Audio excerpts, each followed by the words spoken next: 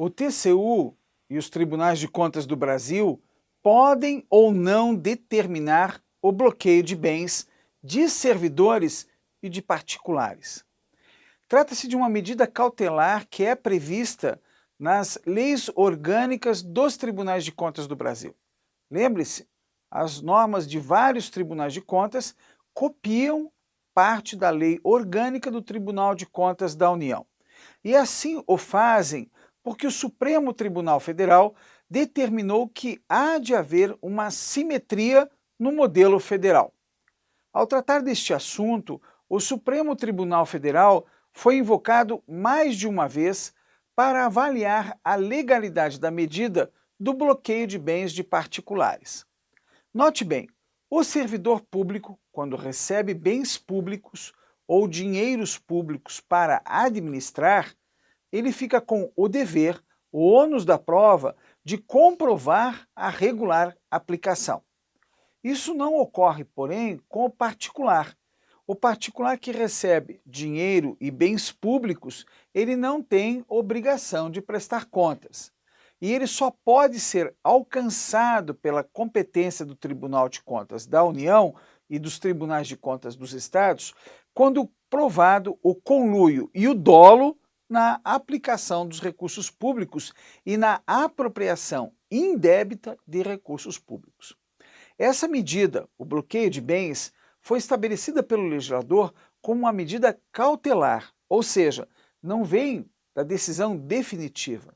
Em decisão inicial do processo, pode o julgador, ouvida a área técnica e o Ministério Público, entender que há indícios de apropriação indébita ou dano de difícil reparação.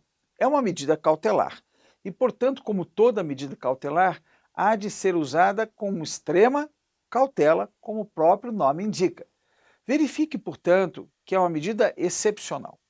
O Supremo Tribunal Federal, mais recentemente, tem examinado algumas decisões do Tribunal de Contas da União que determina o bloqueio de bens. O Supremo Tribunal Federal é competente para o exame em mandado de segurança contra as decisões do Tribunal de Contas da União, assim como o órgão especial do Tribunal de Justiça é competente para o exame de medidas cautelares impostas pelos Tribunais de Contas dos Estados e Tribunais de Contas dos municípios. O que tem entendido o Supremo Tribunal Federal? A resposta definitiva você não vai ver neste vídeo. É que a matéria hoje é controvertida no âmbito do Tribunal de Contas da União. Na descrição deste vídeo, você encontra a decisão recente do ministro Gilmar Mendes, um dos ministros que mais garantem a Constituição no nosso país, e de outros 3 ministros, e vai verificar que as posições são divergentes. A matéria, inclusive, já está reservada para exame de plenário, onde o Tribunal de Contas da União deve receber as balizas do Supremo Tribunal Federal para a aplicação dessa medida cautelar. Lembrando que o nosso entendimento, inclusive esquecido pelo Supremo Tribunal Federal, é que há prescrição nesses casos. Ou seja, se hoje nós verificamos que há mais de 10 anos ocorreu uma lesão ao erário, não se cabe novo julgamento, nem o primeiro julgamento, porque ocorreu a prescrição. É lamentável, inclusive, que o Supremo Tribunal Federal venha apoiando iniciativas de bloqueio de bens em danos ocorridos, em exame preliminar, que teriam ocorridos há mais de 10 anos, comprometendo irremediavelmente a segurança no ordenamento jurídico. Fatos ocorridos há mais de 10 anos não cabem medidas cautelares. É o mesmo que nós já cuidamos aqui em outros vídeos.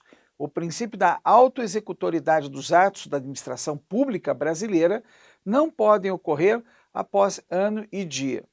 Não cabe ao poder público de uma hora para outra pegar um trator e derrubar uma casa, até inclusive de pessoas de baixa renda localizadas em áreas públicas. Nesse caso, o poder público deve recorrer ao judiciário, porque o princípio da autoexecutoriedade administrativa tem limites.